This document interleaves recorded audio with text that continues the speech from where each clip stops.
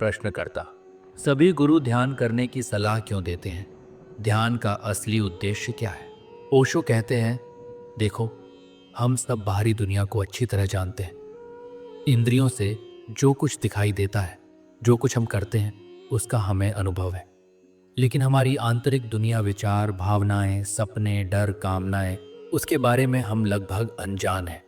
ध्यान का पहला काम यही है कि तुम अपने भीतर जो कुछ घट रहा है उसकी खबर लेना शुरू करो। जब तुम भीतर देखना शुरू करते हो तब पहली बार तुम अपने वास्तविक अस्तित्व के संपर्क में आते हो। ध्यान कोई अभ्यास नहीं, ये एक यात्रा है, अंतरतम की यात्रा। इसका अंतिम उद्देश्य है चेतना के उस स्रोत तक पहुंचना जहां से जीवन की पूरी धारा बहती है।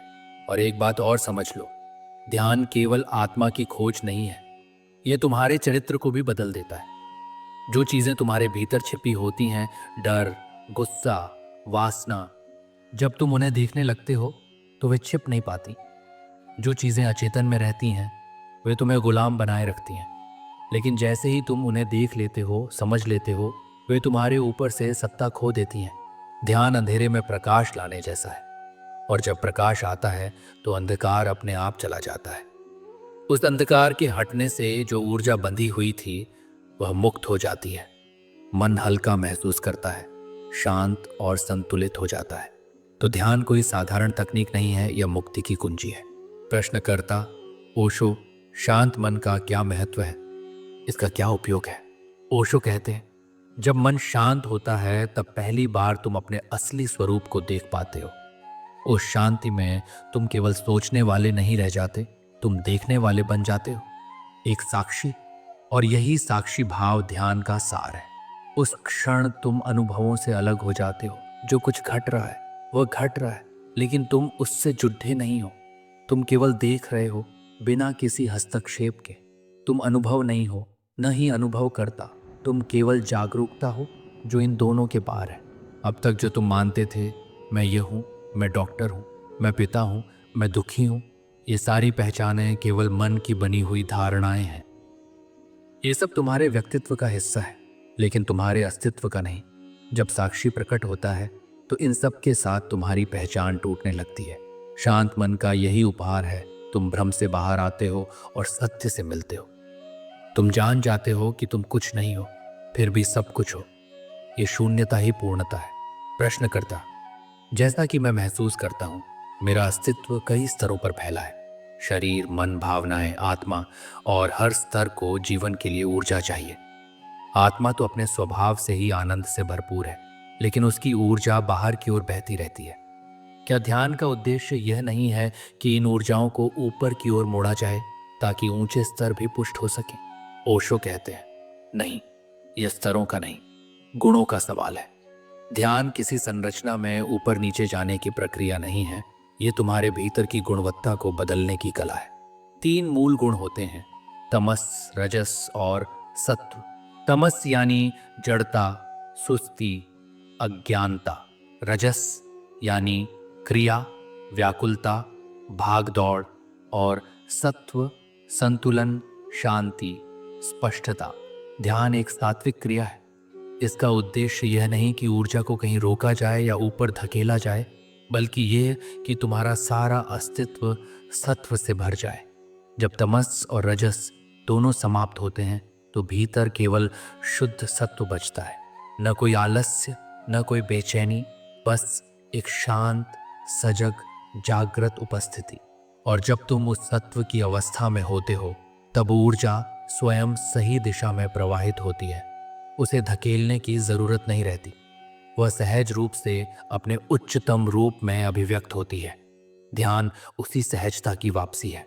प्रश्नकर्ता, ओशो, सत्व को कैसे शुद्ध और मजबूत किया जाए?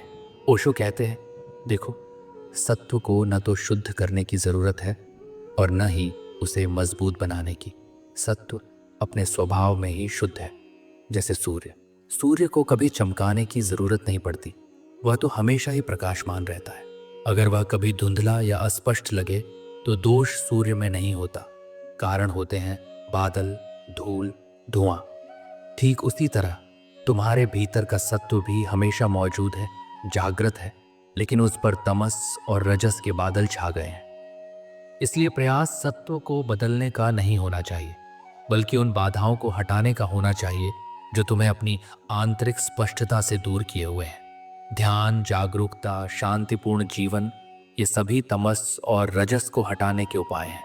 जैसे ही बादल हटते हैं, सूर्य खुद सामने आ जाता है। उसे बुलाने की जरूरत नहीं, सिर्फ आकाश को साफ करने की जरूरत है। ध्यान उस सफाई की प्रक्रिया है।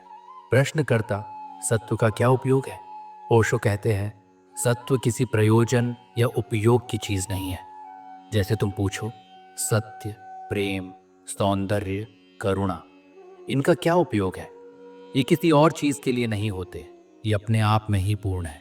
जब तुम जीवन को उसके स्वाभाविक रूप में, बिना हस्तक्षेप, बिना वांछा, बिना किसी कल्पना के, केवल जागरूकता में जीते हो, तब जो भीतर से प्रकट होता है वही सत्व है। यह कोई साधन नहीं है, यह अंतिम उपलब्धि है। सत्व किसी को उपयोग में नहीं लाता, वह चीजों और लोगों को उनकी पूर्णता में देखता है, उन्हें पूर्ण बना देता है।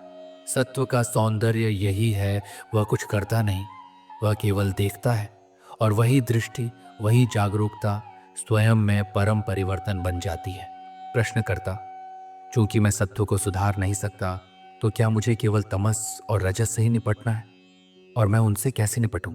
ओशो कहते हैं, हाँ, सत्व को सुधारा नहीं जा सकता, क्योंकि सत्व तो पहले से ही शुद्ध है, स्वाभाविक है। लेकिन तमस और रजस, ये तुम्हारे भीतर के धुंध और हलचल है। इनसे मुक्ति का मार्ग है जागरण।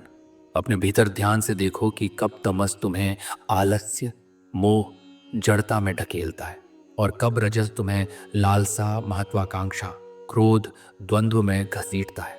इनकी गति को पहचानो, इनके खेल को देखो, अपने विचारों में, अपनी भाषा में, अपने कर्मों में। देखना ही पर्याप्त है। जैसे जैसे तुम सजग होते जाओगे, तमस और रजस की पकड़ ढीली होती जाएगी, और उसी क्षण बिना किसी प्रयास के सत्व का प्रकाश प्रकट होने लगेगा। ये कोई कठिन साधना नहीं है, ये केवल सजग रहने की कला है। ओशो कहते हैं, तुम कुछ बदलो मत, तुम बस देखो।